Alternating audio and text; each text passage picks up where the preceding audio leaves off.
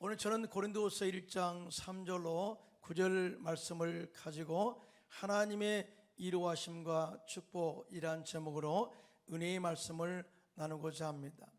성경에 보면 하나님은 이로의 하나님이시다라고 말씀을 하고 있습니다. 사도 바울은 오늘 본문에 하나님은 우리의 아버지가 되시고 우리 주 예수 그리스도의 하나님이시요 자비의 아버지시요 모든 위로의 하나님이시다, 이렇게 고백하면서 우리를 위로하시는 하나님을 찬송한다라고 그렇게 하나님을 찬양했습니다. 성경에 보면은 위로하심은 하나님의 은사다라고 이렇게 말씀을 하고 있어요. 사도 바울은 로마서 12장에 하나님께서 우리에게 주신 은혜대로 받은 은사가 각각 다르니라고 말하면서 혹 섬기는 자는 섬기는 일로, 혹 가르치는 자면 가르치는 일로, 혹 이루하는 자면 이루하는 일로 열심을 품고 하나님을 섬기라고 그렇게 말씀을 하고 있습니다. 다시 말하면 우리들은 하나님의 이루하심으로 어떤 어려운 환경과 고난 가운데서도 박차게 일어나서 미래의 소망을 품고 힘차게 살 뿐만 아니라 우리 주변의 어려움과 고난과 환난에 넘어져 있는 성도들을 찾아가서 위로하여 그들을 일으켜 세워 함께 미래의 소망을, 천국의 소망을 품고 달려가게 해달라고 이렇게 권면하고 있는 것이죠. 오늘 이런 말씀을 통해서 하나님의 위로가 여러분의 생활 가운데, 삶 가운데 넘쳐나기를 예수님의 이름으로 축원합니다. 크게 아멘 합시다. 그러면 어떤 사람을 하나님께서 위로하시며 힘이 되어 주실까요? 첫째로 하나님은 모든 환난 중에 있는 자들을 위로하시고 일으켜 세우신다, 이렇게 말씀을 하고 계세요. 오늘 본문 고린도서 1장 3절로 4절 시작. 찬송하리로다 그는 우리 주 예수 그리스도의 하나님이시요 자비의 아버지시요 모든 위로의 하나님이시며 우리의 모든 환난 중에서 우리를 위로하사 우리로 하여금 하나님께 받는 위로로서 모든 환난 중에 있는 자들을 능히 위로하게 하시는 이시로다 라고 이렇게 위로의 위대함, 위로에 대한 본질에 대해서 이야기를 하고 있어요. 이 고린도는요 아가야 지역의 수도였습니다. 그래서 경제가 부흥했어요. 더불어서 이단 사슬이 강해서 교회 내에 많은 그런 이 악영향을 미치고 했던 교회가 바로 고린도 교회이기도 하죠. 또한 고린도 교회는 하나님의 은혜와 성령의 은사가 충만한 그런 교회였어요. 그런데 이 고린도 교회는 성령의 은사를 제대로 사용하지 않음으로 말미암아서 또 신앙적 파벌을 만들어서 교회 분쟁으로 말미암아서 교회 내에 많은 고난과 어려움을 겪은 교회이기도 합니다. 여러분, 하나님의 은사는요 하나님의 몸된 교회의 부흥을 위해서 사용되어야 하고요, 더불어 어려움을 당한 성도들을 격려하고 도움으로써 건강한 교회를 세우는데 하나님께서 우리에게 은사를 주신 목적이 있다고 이렇게 정확하게 말씀을 하고 있어요. 이에 대해서 사도 바울은 에베소서 4장 11절로 12절에 이렇게 기록했습니다. 시작. 그가 어떤 사람은 사도로, 어떤 사람은 선지자로, 어떤 사람은 복음 전하는 자로, 어떤 사람은 목사와 교사로 삼으셨으니 이는 성도를 온전하게 하여 봉사의 일을 하게 하며 그리스도의 몸을 세우려 하심이라, 이렇게 말씀을 하고 있거든요. 은사를 주신 목적이 뭐냐? 예수님의 몸된 교회를 건강하게 세우는 일에 쓰임받는 것이다, 이렇게 정확하게 은사를 주신 목적을 이야기했어요. 그런데 고린도 교회는 성령의 은사가 많기는 했지만 그렇게 교회의 중심으로 그 은사를 사용하지 못했습니다.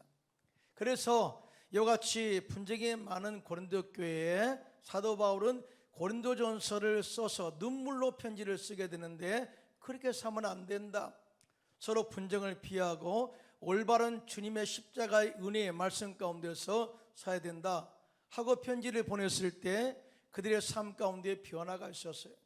그래서 이제는 고린도후서를 써서 그들을 하나님의 말씀으로 위로하고자 이 편지를 쓰게 된 것입니다.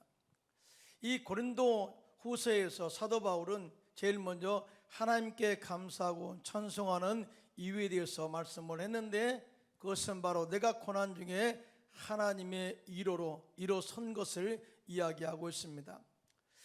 그런데 이 하나님의 위로는 환난 가운데, 고난의 상황 가운데 있을 때 성도들에게 주어지는 하나님의 은혜요, 축복이라는 사실을 재차 강조하고 있어요. 다시 말하면 환난을 통해서 오히려 하나님의 위로를 더 많이 받게 된다는 역설적 은혜이기도 한 것이죠. 사도 바울은 수많은 환난과 고난 가운데서 하나님의 엄청난 위로와 이 격려와 하나님의 은혜를 체험했다고 그는 고백하고 있습니다. 그러면서 내가 하나님께 받은 위로가 너무나 커서 힘을 얻었으니 이제는 고난과 환난을 당하고 있는 이 다른 성도들, 즉 고린도 교회 성도들을 위로할 수 있음에 감사한다고 그렇게 고백하고 있는 거예요.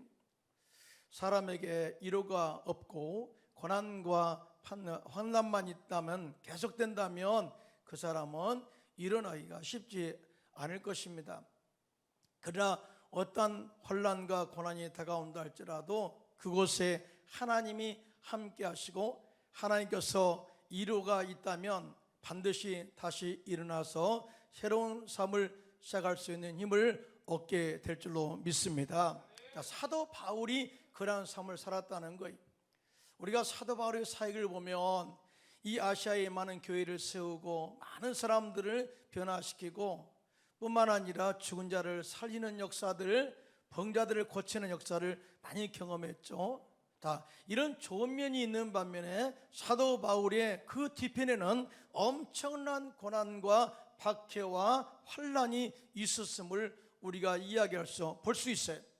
그는 가는 곳마다 유대인들의 박해와 공격을 받았고요, 몸에 즉 질병이 있어서 가시가 그를 찔렀고요, 더 나아가 박해의 가시가 계속 그를 찌르는 고난을 겪기도 했습니다.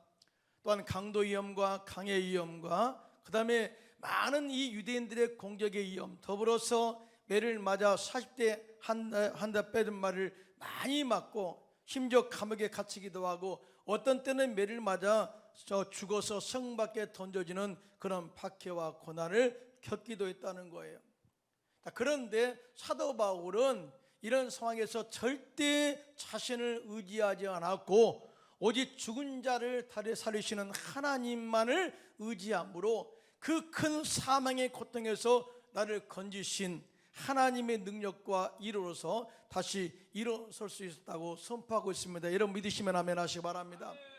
한마디로 하나님의 모든 위로가 죽음의 위기와 환난 가운데 처해있던 사도 바울과 그 일행들을 다시 일어서게 한 능력, 원동력이 되게 했음을 이야기하고 있는 것입니다. 지금 전 세계는 많은 이 고난에서 많이 힘들어하죠. 소상공인들은 정말 장사가 되지 않아서 어려움을 겪고 있고요, 신앙적 차원에서 병고가 있는 사람들은 대면 예배를 드릴 수 없어서, 온전히 드릴 수 없어서 영적 침체와 영적 무기력을 경험하고 있기도 합니다. 그러면서 이런 생각도 하죠. 이러다가 나의 신앙이 무너져 내리는 것이 아닐까 하는 두려움과 더불어서 이런 것들이 사람을 억누르기도 합니다. 이럴 때 우리들은 절대 환경 때문에 낙심하지 말고 영적 침대 때문에 무기력하지 말고 여전히 우리를 사랑하셔서 우리 곁에 오셔서 환난과 고난 가운데서 일으켜 세우시는 하나님의 위로로 거뜬하게 일어서시기를 예수님의 이름으로 축원합니다. 무슨 말입니까? 환경이 문제가 아니라는 거예요. 우리 역시 어떠한 환경의 고난, 이 환난 가운데 있다 할지라도 하나님의 함께 하심과 동시에 하나님의 이름만 있다면 우리는 반드시 소망을 품고 일어나게 될 줄로 믿습니다. 그리고 꿈과 비전을 향해서 힘차게 달려가게 될 줄로 믿습니다. 왜 이렇게 하나님의 위로가 우리에게 큰 소망이 될까요? 여러분, 위로라는 말을 단어를 찾아보면 헬라어로 파라클레오라는 단어를 사용해요. 이 단어 파라클레오라는 단어는 하나님이 우리를 하나님 곁에 부르셔서 언제든지 도와주신다는 의미를 가지고 있어요. 또한 하나님이 우리 곁에 계셔서 우리가 고난당할 때 주여 도와주세요 하면 언제든지 도우시는 하나님의 은혜를 파라클레오, 즉 격려, 위로를 이야기하고 있습니다. 그런데 놀라운 것은 예수님께서 공생의 기간 동안에 제자들에게 자주 언급한 말씀이 있는데, 내가 가서 다른 보혜사 성령을 너에게 보내어서 너희와 항상 함께 있게 하시겠다고 말씀하셨는데요, 이때 사용한 보혜사가 파라클레토스, 동일한 단어예요. 파라클레오는 동사고요, 파라클레토스는 명사예요. 다시 말해서 곁에 있어서 돕는 자, 또한 우리를 날마다 악한 상황 가운데서, 억울한 상황 가운데서 변호하는 변호자뿐만 아니라 우리가 혼란 가운데 고통당할 때 우리를 이렇게 세우는 이 위로자, 그것이 바로 파라클레토스, 보혜사란 뜻을 가지고 사용했어요. 자, 사도 바울은 이 고난과 혼란을 당할 때마다 파라클레토스, 파라클레오, 즉 성령님의 위로하심을 받고 다시 일어서서 자신에게 맡겨진 선교 사명을 감당할 수가 있었다고 그렇게 고백을 하고 있습니다. 이에 대해서 사도행전 9장 31절은 이렇게 말씀을 하고 있는데요, 시작. 그리하여 온 유대와 갈릴리와 사마리아 교회가 평안하여 든든히 서가고 주를 경외함과 성령의 위로로 진행하여 수가 더 많아지니라. 할렐루야. 사도 바울의 삶 속의 고난과 환난과 많은 박해가 있었지만은 성령의 위로하심으로 인하여 힘을 얻고 계속해서 선교의 사역을 진행함으로 많은 사람들이 주께로 돌아온 열매를 맺게 되었다라고 증언을 하고 있어요. 사랑하는 성도 여러분, 인생을 살다 보면은 나의 의지와 상관없이 우리들에게 환난과 고난이 다가올 때가 참 많이 있어요. 그리고 내가 당한 이 고난과 환난이 너무나 커서 내가 감당할 수가 없고 아무도 나를 도와주지 않는다고 느낄 때도 있을 것입니다. 그런데 이럴 때 우리는 원망과 불평과 염려함으로 신앙의 연약함을 드러내지 마시고 위로의 성령님이 지금 우리 곁에 계셔서 우리를 위로하시고 힘주시고 살리시는 성령의 능력으로 위로하고 있다는 사실을 믿으시고 다시 일어나시기를 예수님의 이름으로 축원합니다. 사도 바울이 2차 전도 여행 때 신라와 함께 데살로니가에 가서 복음을 전하다가 유대인들의 박해로 고난을 받았어요. 그래서 할 수 없이 실라와 디모데를 거기에 두고 바울은 쫓겨나다시피 해서 베레아에 와서 복음을 전할 때 헬라 기부인들과 남자들이 예수를 믿고 주께 돌아왔어요. 여러분, 하나님의 사역에는 열매를 통한 하나님의 위로가 우리에게 넘쳐남을 믿습니다. 자, 데살로니가에서는 쫓겨났어요. 그러나 베레아에 와서는 복음을 전함으로 많은 열매를 맺게 되었다. 저도 선교 사역하면서 말이죠, 정말 많은 박해를 받았거든요. 뺨도 맞기도 하고. 그런데 놀라운 하나님의 위로는 그 가운데 구원의 열매가 있다는 거예요. 이것이 엄청난 제게는 큰 위로였어요. 자, 이렇게 이 베레아에서 하나님의 구원의 역사가 일어나게 되자 이 소식을 듣고 데살로니가에 사는 유대인들이 그곳까지 와서 바울을 박해하고 비방을 하게 됩니다. 그러자 사도 바울은 베레아를 떠나서 아덴으로 가서 복음을 전하게 되었고, 아덴을 떠나 지금 우리가 말씀을 공부하고 있는 고린도에 이르게 되었어요. 근데 놀라운 것은 이곳에서 동력자를 만나게 되는데 믿음이 좋은 동력자를 만나게 돼요. 바울과 같은 직업으로서 천막을 만들어 파는 아굴루와 브리스길라 부부를 만나가지고 매일 이 안식일마다, 매주 안식일마다 회당에서 말씀을 강론하고 이 그리스도의 복음을 전하는 은혜를 체험하게 돼요.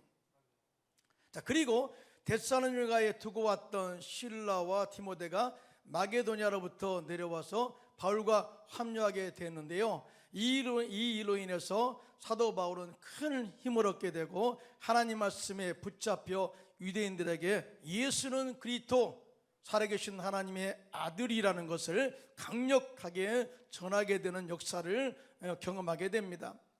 자, 그 가운데 하나님께서는 하나님을 경외하는 사람 디도 유스도라는 사람의 집에 들어가 복음을 전하게 하셨는데 그 집은 바로 회당 옆집이어서요. 자, 이렇게 회당 옆집에서 복음을 전하고 또한 더불어 회당에 들어가서도 복음을 전할 때 회당장 그리스도보가 이 바울이 전하는 복음을 듣고 온 지방과 더불어 주를 믿게 되었고 수많은 고린도 사람들이 복음을 듣고 예수를 믿어 침례를 받게 되었다. 제가 이 사건을 구구절절하게 나열한 이유가 무엇일까요? 어떤 기적 역사입니까? 그렇지 않아요. 이 말씀 속에는 이런 말이 의미가 있습니다. 사도 바울이 가는 곳에는 항상 박해가 있었다. 심지어 쫓겨나기도 했다. 죽음의 고난의 위기도 겪게 했다. 그럼에도 불구하고 하나님께서는 사람을 붙여주셔서 이루하게 하시고 더 힘있게 복음을 전할 수 있는 능력이 되게 하셨다라는 것을 증명하고 있는 거예요. 여러분 믿으시면 아멘 하시기 바랍니다. 그리고 이 엄청난 박해 상황 가운데서 하나님의 큰 위로의 말씀을 듣게 되는데요. 사도행전 18장 9절로 11절입니다. 시작. 밤에 주께서 환상 가운데 바울에게 말씀하시되 두려워하지 말며 침묵하지 말고 말하라. 내가 너와 함께 있음에 어떤 사람도 너를 대적하여 해롭게 할 자가 없을 것이니 이는 이 성중에 내 백성이 많음이라 하시더라. 1년 6개월을 머무며 그들 가운데서 하나님의 말씀을 가르치니라고 이렇게 증언을 했어요. 놀라지 말고 두려워하지 말라, 침묵하지 말라, 그리고 담대하게 하나님 말씀을 전하라. 그 이유는 내가 너와 함께해. 내가 너를 굳세게 할 거야. 내가 너를 붙들 거야. 그런데 더 놀라운 것은 나는 보이지 않지만 내 백성, 내가 택한 백성들, 너와 함께 동역할 수 있는 사람들이 이 고린도 교회에는 많아. 이 사람들을 붙여줄 거야. 이 사람들과 더불어서 하나님 말씀을 담대하게 전하라고 이렇게 위로의 권면의 말씀을 듣게 돼요. 사도 바울이 이 말씀을 들었을 때 얼마나 큰 위로가 되었을까요? 이와 같이 사도 바울은 환난 가운데서도 하나님께서 보내신 사람을 통하여 하나님의 위로하심의 은혜로 말미암아 힘을 얻게 되었고요. 이는 환난과 고난 가운데 있는 고린도 교회 성도들을 위로하면서 나와 같이 하나님의 위로로 환난 가운데 위로서라고 권면하고 있는 것입니다. 그런데 말이죠, 사도 바울은 이렇게 내가 여러분을 위로할 수 있는 힘은 첫 번째 하나님의 위로이지만 너희들의 소식을 통한 위로가 나에게 큰 위로가 되었다라고 이렇게 고백을 하고 있어요. 이에 대해서 고린도후서 7장 6절로 7절 함께 합독합니다. 시작. 그러나 낙심한 자들을 위로하시는 하나님이 디도가 옴으로 우리를 위로하였으니 그가 온 것뿐 아니라 오직 그가 너희에게서 받은 그 위로로 위로하고 너희의 사모함과 애통함과 나를 위하여 열심 있는 것을 우리에게 보고함으로 나를 더욱 기쁘게 하였느니라 라고 이렇게 너희를 통한 하나님의 위로가 내게 충만하게 임했다는 것을 고백을 해요. 자, 사도 바울이 첫 번째 하나님의 위로, 즉 디도가 나에게 옴으로 말미암아 동력자로 인해서 큰 위로가 되었다. 두 번째, 이 두 번째 위로는 이 디도가 내게 오면서 너희들이 한 소식을 가지고 왔는데 너희들의 삶 가운데 변화가 일어났음에 대해서 내가 너무나 큰 위로가 되었다. 옛날에 분쟁과 서로 이 다툼과 서로 비방하는 그런 삶 가운데 살았는데, 첫 번째 고린도전서의 그 말씀 편지를 듣고 너희들이 변화되어서 너희가 하나님을 향한 사모함과 애통함이 있음에 대해서 은혜가 되었다, 위로가 되었다. 그리고 바울 일행을 거부했던 너희들이 바울 일행을 위해서 열심히 품고 열심히 돕고 중보한 기도를 통해서 하나님의 큰 위로가 내게 임했다고, 그렇게 너희를 통한 하나님의 위로에 대해서 이야기를 하고 있어요. 이런 관점에서 보면 하나님의 위로는 모든 사람에게 필요하다는 것을 볼 수가 있죠. 남편과 아내에게도 하나님의 위로가 필요합니다. 아멘을 안 하시네요. 여러분, 남편들을 많이 위로해 주세요. 당신 때문에 내가 행복합니다. 아내를 많이 위로해 주세요. 당신의 헌신 때문에 내가 존재합니다. 이렇게 위로하면 얼마나 큰 힘이 되겠어요. 또 부모와 자녀 가운데서도 하나님의 위로가 필요하고요. 또 교회 내에서 지도자와 평신도 가운데서도 하나님의 위로가 필요합니다. 더 나아가 이름도 없이 빛도 없이 수고하는 모든 사람들에게도 하나님의 위로가 필요하고요. 사도 바울처럼 하나님 일에 전념하는 주의 종들에게도 사람들을 통한 위로가 필요합니다. 정말 여러분들은 제 말씀을 통해서 위로받으시고요, 여러분 삶 속의 변화와 봉사 원신을 통해서 내가 주의 종 제가요 은혜 받고 있고 위로받고 있다는 사실을 믿으시기를 예수님의 이름으로 축원합니다. 크게 하면 아멘 할까요? 이제부터 저와 여러분 역사에 하나님께서 우리에게 보내주신 믿음의 동력자로 인해서 하나님의 큰 위로를 받으시고요, 사도 바울처럼 이제는 고난과 혼란 가운데 있는 자들을 찾아가셔서 그들을 하나님의 위로로 다시 일으켜 세우는 축복의 통로가 되시기를 예수님의 이름으로 축원합니다. 둘째로, 하나님은 환난으로 인하여 살 소망이 끊어진 자를 위로하신다고 말씀을 했어요.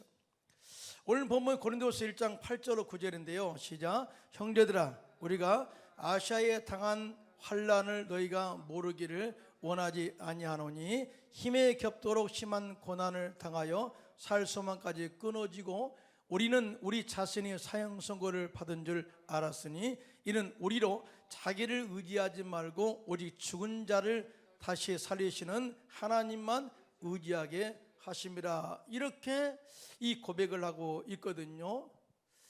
사실 사도 바울이 복음을 전할 때 살 소망이 끊어졌다, 이렇게 큰 고난을 겪은 장소가 아시아 지역에 있는데요, 정확한 장소는 나오지 않았지만 우리가 추측해 볼 때 에베소에서 일어난 큰 소동을 우리가 소동임을 알 수가 있어요. 사도 바울이 성령의 능력으로 2해 동안 에베소에서 예수 그리스도의 복음을 전할 때 수많은 사람들이 예수를 믿고 주께로 돌아왔어요.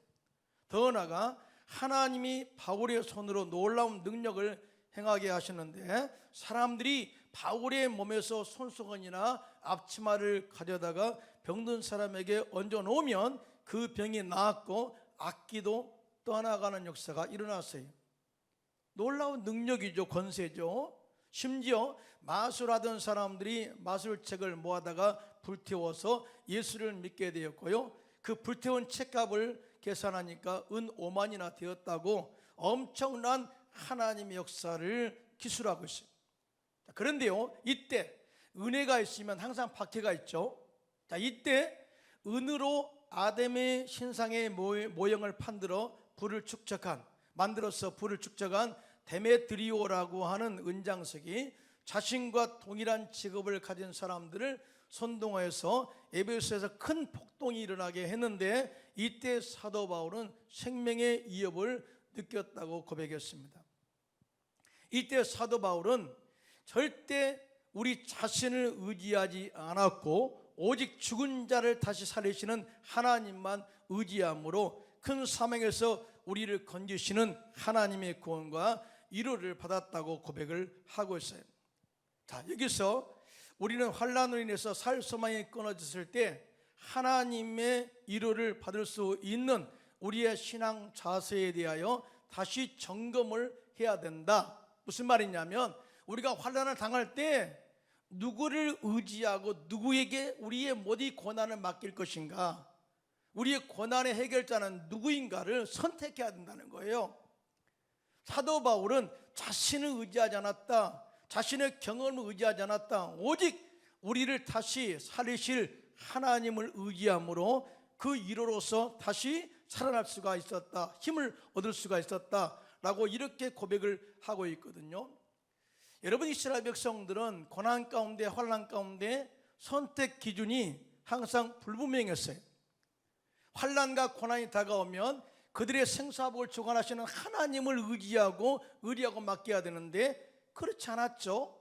항상 바알 신과 아세라 신을 섬김으로 말미암아서 엄청난 고난을 받게 됐잖아요. 심지어 70년 동안 바벨론 포로에서 그렇게 종으로 살았잖아요.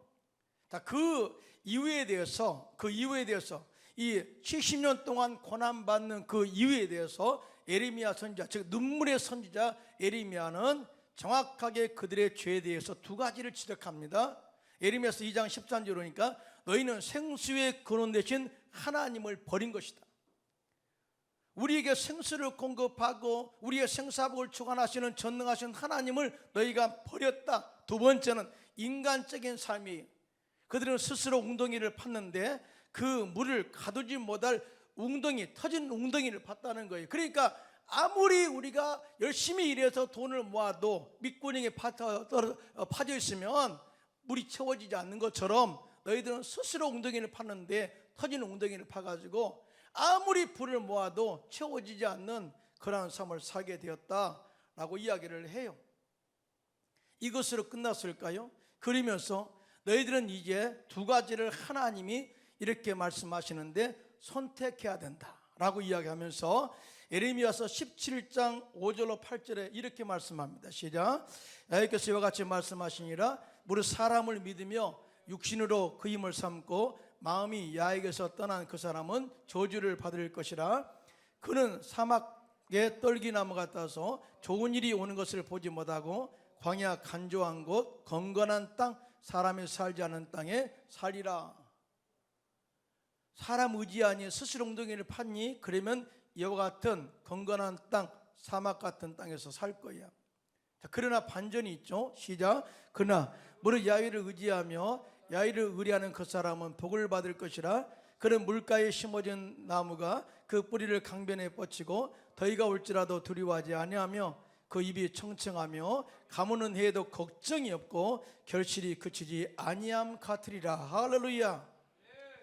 이 말씀처럼 하나님을 의지할 때 하나님의 은혜와 축복이 임하게 될 것을 그렇게 선포하고 있어요. 그렇습니다. 우리가 하나님을 의리하게 우리의 삶을 다 맡길 때 하나님께서는 우리의 삶에 복을 내려주시고 사업장과 직장에 생수를 공급하셔서 어떤 가뭄의 해도 열매가 끊지지 않도록 풍성한 열매를 맺게 할 줄로 믿습니다. 그래서 사도 바울은 살 소망이 끊어진 상황 가운데서 오직 소망의 하나님을 의지하여 하나님의 이루하심으로 일어설 수가 있었다고 그렇게 그는 고백하고 있는 것이죠. 여기서 하나님을 의지한다는 것은 우리를 죽음에서 구원하신 능력은 오직 예수님에게만, 하나님에게만 있는 것이고 오직 하나님의 영역임을 알고 믿고 맡긴다는 의미가 있어요. 사실은 예수님은 우리를 살리는 생수가 될 줄로 믿습니다. 하나님 말씀 역시 우리의 영혼을 살리는 생수가 되시기도 하죠. 성령님 역시 우리 영혼을 살리는 생명의 원천이 되심을 믿으시면 아멘 하시기 바랍니다. 특별히 우리가 믿음의 주체인 십자가의 은혜, 예수님의 십자가의 은혜는 우리들의 죄를 용서하시고 우리의 영혼을 살리시는 영원한 은혜의 생수의 공급처가 되신다는 것을 믿으시면 아멘 하시기 바랍니다. 예수님의 십자가는 우리들의 질병을 온전히 치유하는 능력의 원천이 되심을 믿습니다. 예수님의 십자가는 우리들의 삶을 저주에서 끊으시고 아브라함의 복을 영원히 받기 위해서 우리 가문에 흐르게 하는 축복의 원천이 된다는 사실을 믿으시면 손 들고 아멘 하시기 바랍니다. 이에 대해서 사도 바울은 오늘 본문에 정확하게 이 신앙을 고백하고 있는데요. 고린도후서 1장 5절입니다. 시작. 그리스도의 고난이 우리에게 넘친 것 같이 우리가 받는 위로도 그리스도로 말미암아 넘치는도다. 할렐루야. 우리들이 하나님을 의리하고 의지함으로 예수님의 생수가 흐르는 곳에 심겨지기만 한다면 어떤 환경의 가뭄이라도 거뜬하게 이겨낼 수가 있습니다. 더 나아가 사업의 어려움의 가뭄을 이겨내고 풍성한 열매를 맺게 될 줄로 믿습니다. 더 나아가 우리의 죽은 영혼을 살리셔서 하나님의 영광을 위해서 영원히 살게 하는 산 소망을 우리에게 주신 것이죠. 지금 전 세계에는 코로나 바이러스와 러시아 전쟁으로 인해서 큰 풍랑을 만나 인간의 방법으로는 해결할 수 없는 환란의 소용돌이 속에 우리가 들어가 있습니다. 이럴 때 우리는 도울 힘이 없는 인간을 절대 의지하지 말고 오직 죽은 자를 다시 살리시는 하나님, 그리고 온 우주를 통치하시고 다스리시는 전능하신 하나님께만 소망을 두고 의지하여 하나님의 이루하심으로 힘을 얻어 이 환란의 때를 거뜬하게 이겨내시기를 예수님의 이름으로 축원합니다.